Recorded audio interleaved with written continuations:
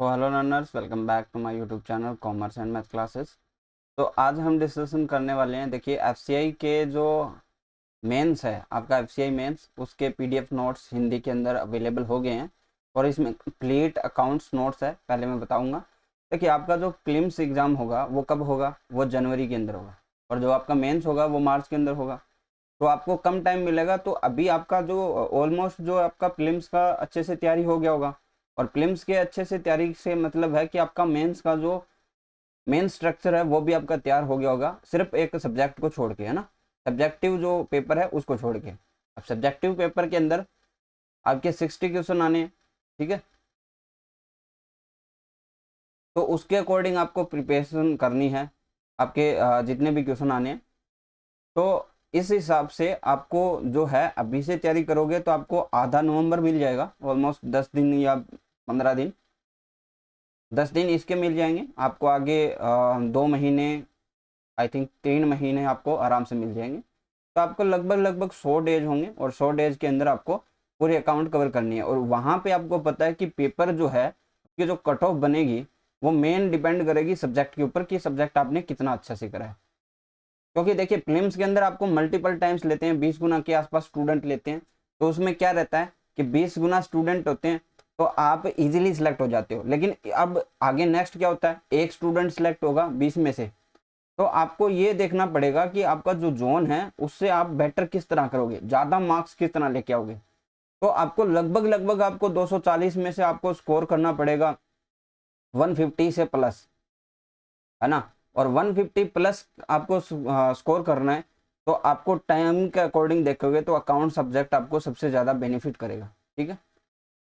अब आप देखते हैं आगे हम कि इसमें क्या क्या इंक्लूड किया। देखिए, ये सेम पीडीएफ आपको डाउनलोड होगी, जब भी आपका पेमेंट कटेगा आपको सेम पीडीएफ मिलेगी। इसके अंदर देखिए, FCI mains accounts PDF notes, यहाँ पे अकाउंट्स के नोट्स है, जो बेसिक अकाउंटिंग आपका पहला टॉपिक रहता है। फिर ऑडिटिंग है, जीएसटी है, इनकम टैक्स है। फिर आपके कॉमर्शियल लॉज लगते हैं, उसमें देखिए पार्टनरशिप एक्ट नोट्स आ जाएंगे, कॉन्ट्रैक्ट एक्ट है, सेल ऑफ गुड्स एक्ट का जो नोट्स है और कंपनी एक्ट है। इसके साथ मैंने थोड़ा सा इंक्लूड किया है आपका जो एनसीईआरटी नोट्स है 12th के, वो की इम्पोर्टेंट है इस एग्ज़ाम के लिए। तो वो भी आपको यहाँ पे मिल जाएंगे, और यहाँ पे एमसीक्यू। लेकिन देखिए, इतना इतना आप लोगों को फिलहाल पढ़ना है। जैसे अकाउंटिंग आपने शुरू की तो आपको इसमें से लगभग 4-5 दिन देने हैं। आप अच्छे से पढ़ लेना, और हर चीज़ का रिवीजन करना जरूरी है। लगभग आपको मोस्टली 3 से 5 बार रिवीजन करना है इनका। अभी से शुरू कर देना तो हो जाएगा, है ना। सबसे इंपॉर्टेंट चीज़ ये मैं बताना चाहूँगा, देखिए बाकी चीज़ें आपको पढ़ी हुई होगी, लेकिन ये कॉमर्शियल लॉ जो है आपको थोड़ा सा प्रॉब्लम क्रिएट करेंगे। तो इसके लिए आपको यहाँ पे इसके अंदर नोट्स के अंदर एग्जाम्पल्स मिलेंगे, और वो एग्जाम्पल्स आपको समझना है। डिट्टो एग्जाम्पल, देखिए आपको अगर कोई चीज़ नहीं समझ में आ रही तो इसमें एग्जाम्पल दिया हुआ है, उस एग्जाम्पल को पढ़ना और फिर देखना कि आपको कैसे रिएक्ट करता है। भाई आपको ऐसे ही क्वेश्चन देगा कि वो ऐसा करने से कौन सा एक्ट जो है वैलिड होता है या फिर नॉट वैलिड होता है।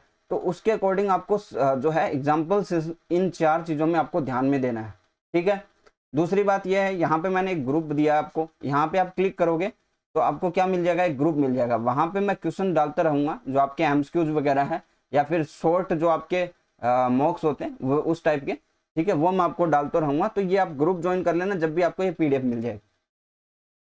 सेकंड चीज़ ये है कि आपको कुछ भी समझ में नहीं आ रहा तो आप यहाँ पे जो है इस नंबर पे आप मुझे मैसेज कर देना, व्हाट्सअप, ठीक है। इसका मैं लिंक डिस्क्रिप्शन में दे दूंगा। इस पीडीएफ को अभी से डाउनलोड कर लेना और शुरू कर दो, क्योंकि ये कंप्लीट नोट्स है अभी आपके पास जो है। दूसरी बात ये हिंदी में है सिर्फ, इंग्लिश वाले में 1-2 दिन के अंदर ज़रूर टाइम लगेगा उसमें, ठीक है। आपको अभी से पढ़ना शुरू करना है और इसको कंप्लीट करना है। हालांकि देखिए, आप लोग ग्रेजुएट करे हो कॉमर्स से, आपको कितना भी टाइम हुआ हो, लेकिन आपको इसको जरूर पढ़ लेना है। ध्यान रखना, थ्योरी आपके लिए सबसे इंपॉर्टेंट होने वाली है, ठीक है।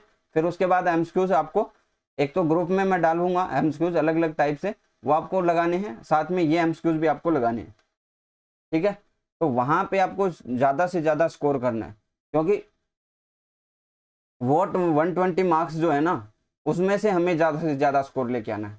क्योंकि उस 120 मार्क्स में से जो आपका बेसिक होता है, उसमें आपको जीके में ज़्यादा नंबर मिल सकते हैं अगर आपने अच्छे से तैयार किया हुआ है, या फिर इंग्लिश में, क्योंकि मैथ और रीजनिंग के अंदर वो टाइमिंग फिक्स देते हैं, ठीक है।